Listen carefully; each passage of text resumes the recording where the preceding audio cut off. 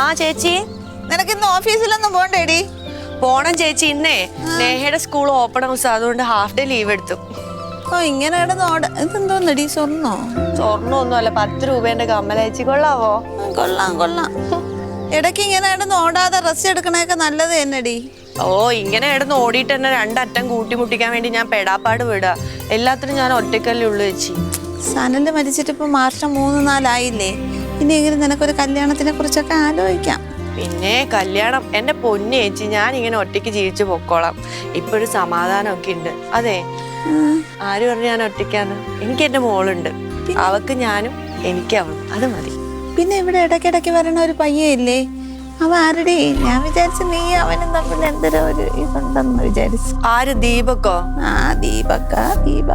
എന്റെ ചേച്ചി, അവൻ എന്റെ കൂടെ വർക്ക് ചെയ്യുന്ന പയ്യനാ ഓഫീസില്.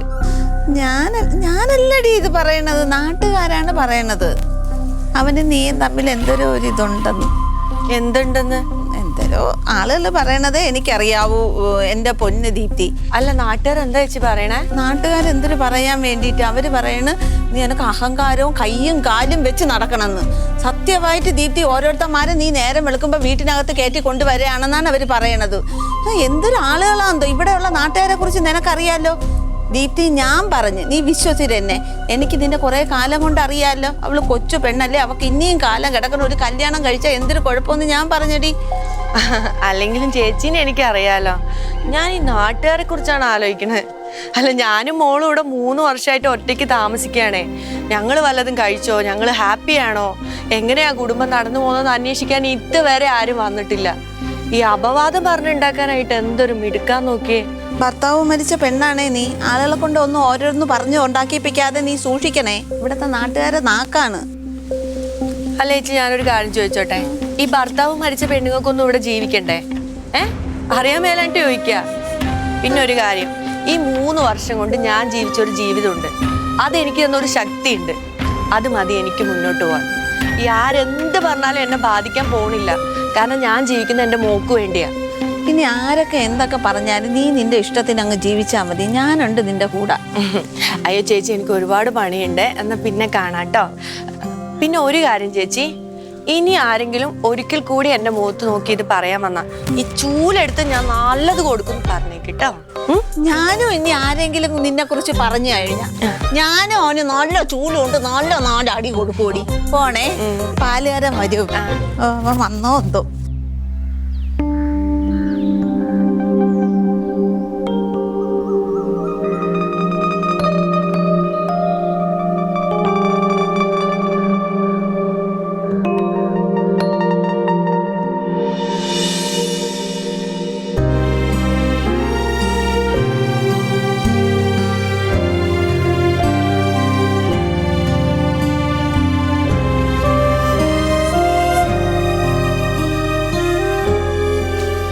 അമ്മ ഇവിടെ നിൽക്കുമായിരുന്നോ?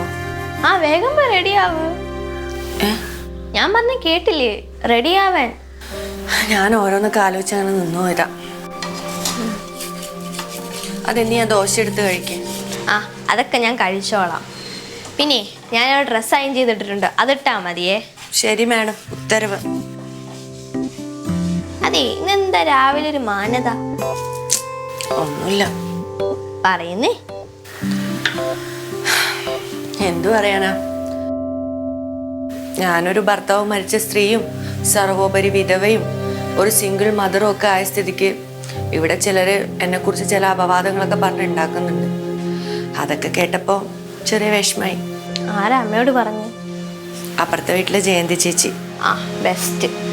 അമ്മയല്ലാതെ അവര് പറയണ ആരെങ്കിലും കേൾക്കോ? അവര് വാ തുറക്കണേ എന്നെ അസൂയയും കുശുമ്പും വേഷനൊക്കെ പറയാൻ വേണ്ടിയിട്ടാണ്. എനിക്കാണെങ്കിൽ അവരെ കണ്ണെടുത്താൽ കണ്ടുകൂടാ. പിന്നെ എൻ്റെ അടുത്ത് ഓരോന്ന് കുത്തി ചോദിക്കാൻ വരും. ഞാൻ മൈൻഡ് ചെയ്യാറില്ല. എന്തിനു മൈൻഡ് ചെയ്യുന്നത്? അവരുടെ സ്വഭാവമൊക്കെ എനിക്കും അറിയാം. മറ്റുള്ളവർ പറഞ്ഞു എന്നൊക്കെ പറഞ്ഞിട്ട് അവരെന്നോട് പറഞ്ഞതൊക്കെ അവർ സ്വയം ഉണ്ടാക്കിയതാണെന്നും അറിയാം. എന്നാലും കേട്ടപ്പോൾ ഒരു സങ്കടം. എന്ത് സങ്കടം? ചിരിപ്പിച്ച് കാണിക്കട്ടെ?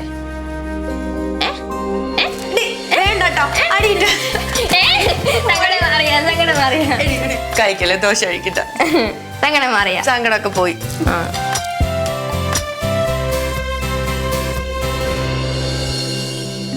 അമ്മ, ഒന്ന് പെട്ടെന്ന് വാ. സ്കൂളിൽ ലേറ്റ് ആവേ.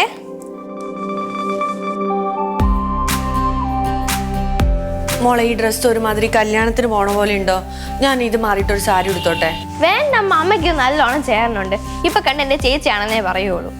എനിക്കൊരു മാതിരി ഇരിക്കുന്നു. അല്ലെങ്കിൽ തന്നെ നാട്ടുകാർ ഓരോന്നൊക്കെ പറയണ്ടേ. ഇനിയിപ്പൊ ഈ കോലം കെട്ടി പോയാൽ പിന്നെ അത് മതി. അമ്മ എന്തിനാ നാട്ടുകാരെ നോക്കണത്? എന്റെ അമ്മയില്ല, നാട്ടുകാരുടെ അമ്മയൊന്നും അല്ലല്ല. എന്റെ ഇഷ്ടം അമ്മ നോക്കിയാ പോരെ. അമ്മ ഇതിട്ട് വന്നാ മതി. ഇതിട്ടാ മതിയോ? മതി. ഓക്കെ ആണല്ലോ? ഓക്കെ ആണ്. ഇപ്പൊ തന്നെ ലേറ്റ് ആയ ഇനി ഫൈൻ കിട്ടുവേ. ആ ഞാനേ ബാഗ് എടുത്തിട്ട് വരാം. ആ ഇവിടെ കാര്യം.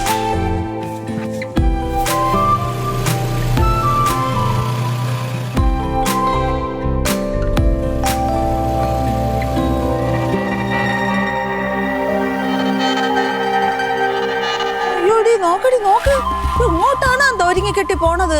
എന്റെ പൊന്നു ചേച്ചി, സനലുള്ളപ്പോഴേ മിണ്ടാ പൂച്ചയെ പോലെ ഇരുന്ന പെണ്ണാണ്. ഇപ്പൊ എന്റെ തന്റെ ഇടം നോക്കി ചേച്ചി, പെണ്ണുങ്ങൾ ഇങ്ങനെ മാറുമോ? മിണ്ടാപ്പൂച്ച പാല് കുടിക്കണത് ആരും അറിയില്ലെന്നാണ് വിചാരം. ഒരുത്തന്നെ നേരം വെളുക്കുമ്പോഴത്തേക്ക് ബൈക്ക് കയറ്റി ഇങ്ങ് കൊണ്ടുവരണത് നീ കണ്ടിട്ടില്ലേ? ഏത് ചേച്ചി? മറ്റേ ആ ബൈക്കിലിരുന്ന് വെളുത്ത ചെറുക്കനാ? ഓ അത് തന്നെ, പൊക്കമുള്ള ബൈക്കിൽ വരണ പൊക്കമുള്ള ചെറുക്കൻ കോല് പോലത്തെ. ഞാൻ കണ്ടിട്ടുണ്ടത്. ഞാൻ കിണ്ടി അവളടുത്ത് ചോദിച്ചിട്ട് അവള് പറയേയില്ല ആരാണെന്ന്. ഇവളെന്തോന്ന് ഭാവിച്ചോണ്ട് ചേച്ചി അതിങ്ങനെ വീട്ടിൽ വിളിച്ച് കയറ്റുന്നത്? പ്രായമുള്ളൊരു പെൺകൊച്ചുള്ള തന്നെ നോക്ക്. പെങ്കൊച്ചാ അത്? അതെ, പെങ്കൊച്ചാണെങ്കിൽ അതിന്റെ നാക്ക് എമ്മയ്ക്കാണടി ചെറിയത്, ഇത്രയേ ഉള്ളൂ. അത് എവളതല്ലേ കൊച്ച്, കൊണ എവളതേ കാണിക്കുള്ളൂ. എന്റെ പൊണ്ണു ജയന്തി ചേച്ചി, ഞാൻ ഒരു കാര്യം പറയാം. ചേച്ചിയുടെ ഒരു കണ്ണ് എന്തായാലും അവളുടെ മേല് വേണം കേട്ടോ. അയ്യോടി, ഒരു കണ്ണല്ലേ, എന്റെ രണ്ട് കണ്ണും അവിടെ. രണ്ട് കണ്ണുണ്ടെങ്കിലും വേണ്ടില്ല. എന്നിട്ട് നമ്മുടെ നാട്ടുകാർ മനസ്സമാധാനം ഇട്ട് ഇവിടെ ജീവിക്കണം. നമ്മൾ മാനമര്യാദ ജീവിക്കുന്ന കുറെ പെണ്ണുങ്ങളുണ്ട് ഇവിടെ. ഈ പെണ്ണ ഓരോ തോന്നിയാസം കാണിച്ചു കഴിഞ്ഞാൽ നമുക്ക് കൂടെ അല്ലേ ചേട്ടൻ? എന്റെ പൊന്ന് സരോ, നീ പേടിക്കണ്ടേ. എന്റെ കണ്ണിൽ എന്തെങ്കിലും കണ്ട ഞാൻ രണ്ടിനെ പിടിച്ച് നാട്ടുകാരെ മുന്നേ കൊണ്ടിടും. നിനക്കറിയാം? എന്തെങ്കിലും കാണട്ടെ ചേച്ചി, ഞാനും പറയുന്നു. ഞാൻ ചേച്ചിയുടെ അടുത്ത് ഒന്ന് പറയാം എന്തെങ്കിലും കാണുന്നെങ്കിൽ കേട്ടോ. നമുക്ക് അങ്ങനെ വെറുതെ വിടാനൊന്നും വേണ്ട. ഓ എല്ലാവളും അവളവരൊക്കെ സൂക്ഷിച്ചാ കൊള്ളാം. അതെന്താ കുറച്ചല്ലേ ചേച്ചി?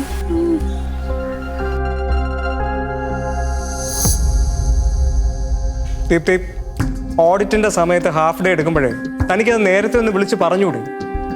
സോറി സർ, മോളുടെ സ്കൂളിൽ ഓപ്പൺ ഹൗസ് ആയിരുന്നു, അതുകൊണ്ടാണ് ഞാൻ ഹാഫ് ഡേ എടുത്തത്. എടോ, ഇവിടെ എത്ര പേര് ജോലി ചെയ്യണമെന്നുള്ളത് തനിക്കറിയാമല്ലോ. അവരെയൊക്കെ പേഴ്സണൽ കാര്യങ്ങൾക്ക് ഇങ്ങനെ ലീവ് എടുത്ത് കൊടുക്കാൻ പറ്റുമോ? തനിക്കറിയാമല്ലോ, എൻ്റെ സ്ഥാപനത്തിൽ ചില റൂൾസ് ആൻഡ് റെഗുലേഷൻസ് ഉണ്ട്. ഐ എം സോറി, അത്രയ്ക്ക് അത്യാവശ്യം ആയതുകൊണ്ടാ. സോറി എക്സ്ക്യൂസും ഒക്കെ പറയാനേ ഇത് സ്കൂളല്ല. എൻ്റെ സ്ഥാപനത്തിലെ സ്റ്റാഫിനെ ഞാൻ പൈസ കൊടുത്ത് നിർത്തിയിരിക്കണത് എൻ്റെ സ്ഥാപനത്തിലെ കാര്യങ്ങൾ സ്മൂത്തായിട്ട് പോകാൻ വേണ്ടിയിട്ടാണ്. അതിലൊരു വിട്ടുവീഴ്ചയ്ക്ക് ഞാൻ തയ്യാറല്ല. അതെനിക്കറിയാമല്ലോ. മനസ്സിലായി സർ. എത്ര ലേറ്റ് ആയിട്ടാണെങ്കിലും ഇന്നത്തെ ഡ്യൂട്ടി തീർത്തിട്ടേ ഞാൻ പോവുള്ളൂ. അങ്ങനെയാണെങ്കിൽ തനിക്ക് കൊള്ളാം. Okay, thank you sir.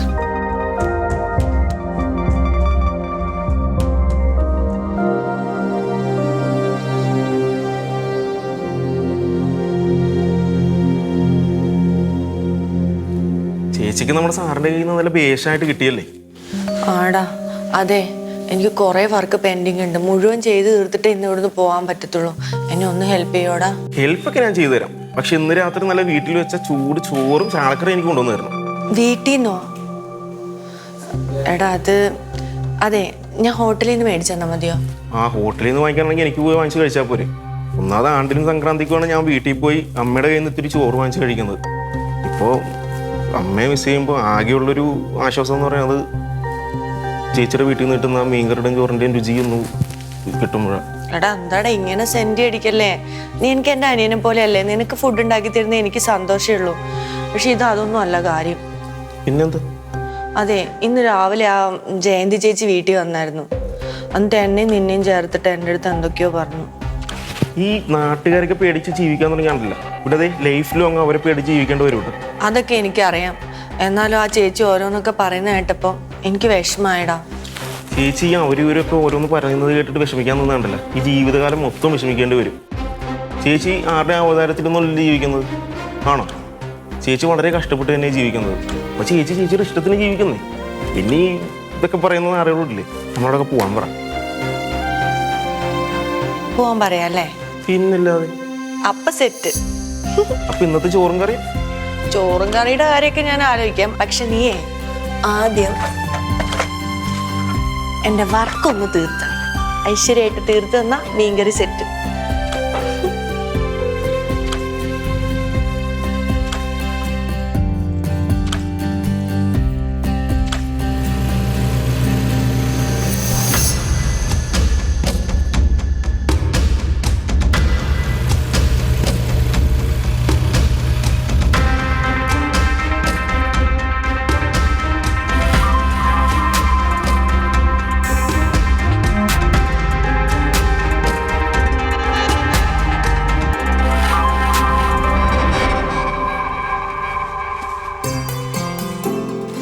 ദീപക്കങ്കിളോ?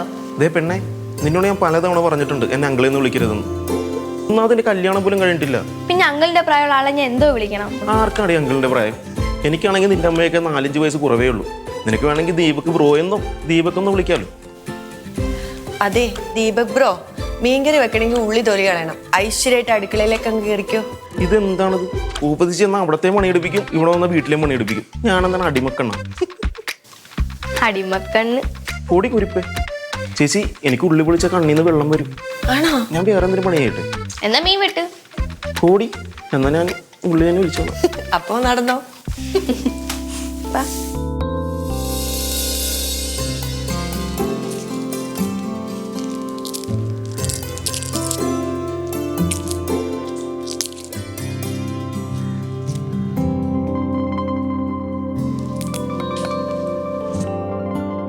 ആ പരദൂഷണക്കളവി അവിടെ നിന്ന് നോക്കുന്നുണ്ടായിരുന്നല്ലോ, ചേച്ചി കണ്ടായിരുന്നോ? അവരാണ് ഈ വീട്ടിലെ CCTV. ഒരു ഈച്ച കയറിയാൽ തന്നെ അവരറിയും.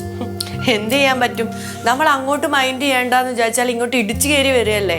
ഇവരെ നന്നാക്കാൻ നമ്മളെ കൊണ്ട് പറ്റത്തില്ലെന്നേ. നമുക്കെന്നല്ല, ദൈവം തമ്പുരാന് പോലും പറ്റില്ല.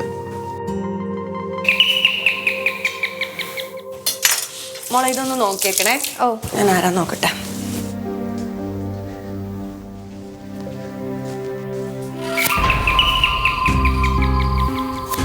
അതൊക്കെ ഇരിക്കുകയാണ് പരിപാടിയല്ലോ ചേച്ചി. ഉണ്ട്, ആളുണ്ടാവും. അവിടെ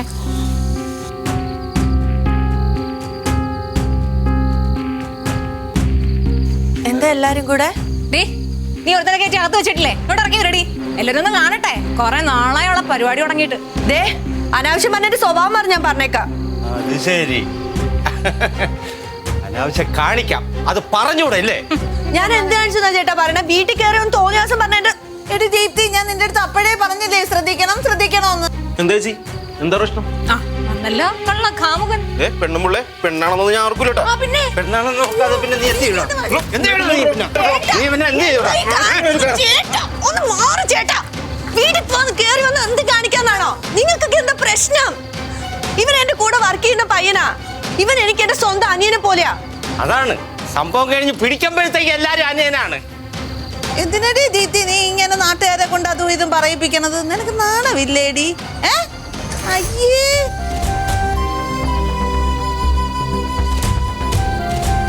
ഇങ്ങനെ ഒരു 1000 ഒക്കെ ഉണ്ടെന്ന് പറയാൻ തന്നെ നാണക്കേടായി. എന്തൊരു നാണക്കേട് ചേച്ചി ഇതൊക്കെ. ഈ രണ്ടെണ്ണത്തിനുണ്ടല്ലോ മുട്ടയടിച്ച് പുള്ളിയും കുത്തി നാട്ടുകാരുടെ മുമ്പിൽ കൂടെ നടത്തണം, എന്നാലേ പഠിക്കുകളൊക്കെ. ആ നാളായി അങ്ങോട്ട്.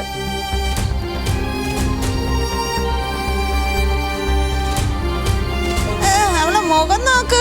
എന്താ അതിന്റെ മുഖം? പോലീസ് വണ്ടി വന്നു, വരട്ടെ, വരട്ടെ. പോലീസ് വരട്ടെ, പോലീസ് വരട്ടെ.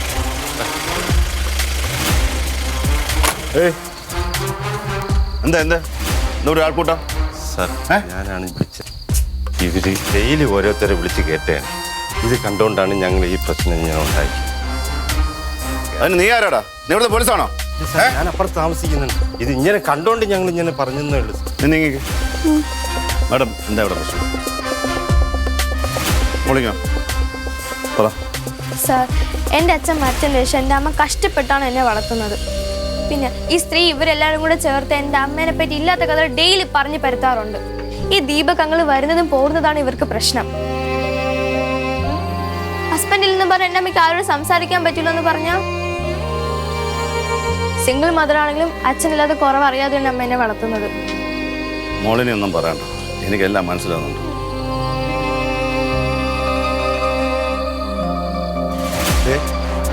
ഞാനൊരു കാര്യം പറഞ്ഞേക്കാം. ഇവിടെ നീതി നിയമമൊക്കെ നടപ്പിലാക്കാൻ ഇവിടെ പോലീസും കോടതിയൊക്കെ ഉണ്ട്. അല്ലാതെ സദാചാര പോലീസ് കളിക്കാൻ വല്ല ശ്രമിച്ച എല്ലാത്തിനും ഞാൻ അടുത്ത് അകത്തിടും. പറഞ്ഞോട്ടാ. ഈ ചേച്ചി പറഞ്ഞിട്ടാണ് സാർ ഞങ്ങളെല്ലാവരും വന്നത്.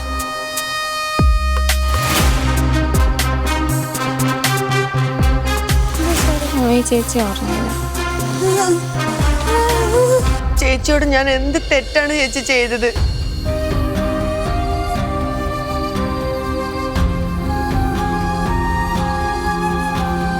മാഡം ഒരു പരാതി എഴുതിക്ക് തന്നാൽ മതി. ഇവരെല്ലാവരും ഞാൻ തൂക്കിയെടുത്ത് അകത്തിടേണ്ട കാര്യം ഞാൻ ഏറ്റു. അയ്യോ സാറ്, മോളെ ദീപ്തി നീ പറഞ്ഞ സാറ് കേട്ടു. പറ, പരാതിയില്ലെന്ന്.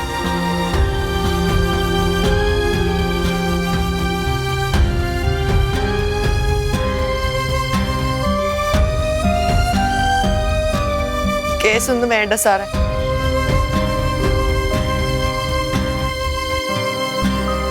കേസും കോടതിയൊക്കെ ആയിട്ട് നടന്ന എന്റെ കുടുംബം പട്ടിണിയാവും.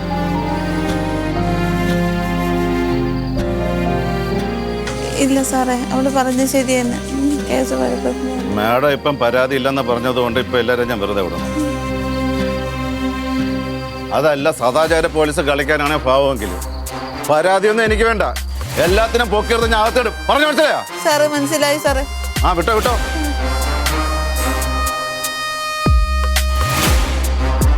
വിട്ടോ പൊയ്ക്കോളാം. സാറേ, എല്ലാം മനസ്സിലായി.